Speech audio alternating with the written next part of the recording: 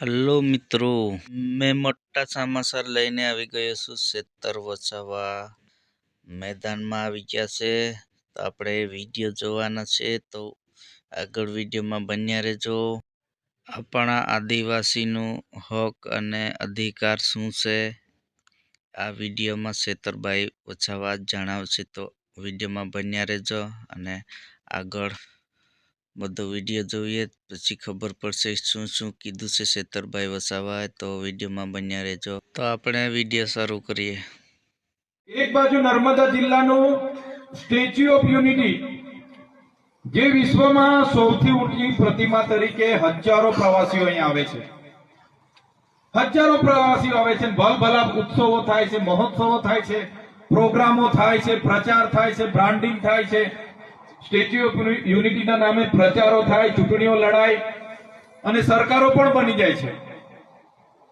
નર્મદા ડેમના નામે, એમના પાણીના નામે, એમની વીજળીના નામે સરકારો ચૂંટણી લડે છે, જીતે છે ને એમનું રાજ ચાલે છે। પણ નર્મદા જિલ્લો એ દેશનો અતિ પછાત જિલ્લામાં નર્મદા જિલ્લાની ગણના થાય છે। ખબર છે બધાને? આપણા જિલ્લાની ગણના અતિ પછાત જિલ્લા તરીકે પૂરા દેશમાં થાય છે। ત્યારે આઝાદીના 78 વર્ષ પછી પણ આપણે આજે પણ નર્મદા જિલ્લા સાથે એટલો બધો અન્યાય થતો હોય, આપણે આજે પણ અમારા જેવા ધારાસભ્ય, તમારા જેવા આગેવાનોએ શિક્ષકોની ભરતી માટે આંદોલન કરવા પડતા હોય, સારી શાળા માટે આંદોલન કરવા પડતા હોય, હોસ્પિટલમાં ડોક્ટરો અને એના સાધનો માટે આંદોલન કરવા પડતા હોય, રોડ રસ્તા માટે આંદોલન કરવા પડતા હોય, પીવાના પાણી માટે આંદોલન કરવા પડતા હોય, યુવાનોએ રોજગાર માટે આંદોલન કરવા પડતા હોય, તો ક્યાં સુધી આપણે આંદોલનો કર્યા કરીશું? ક્યાં સુધી લડ્યા કરીશું?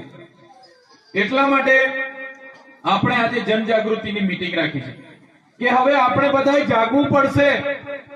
આપણા બંધારણમાં આપણા જે અધિકારો છે એ જાણવા પડશે।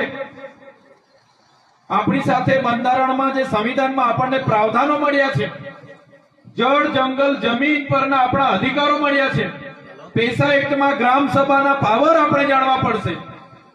જો આપણા અધિકારો આપણે નહીં જાણીશું તો આ વિસ્તારોમાં ડેમો આવશે, એમાં જમીનો ખાલી થશે, નહેરો જશે, એમાં જમીનો ખાલી થશે, હાઈવે જશે, એમાં જમીનો ખાલી થશે,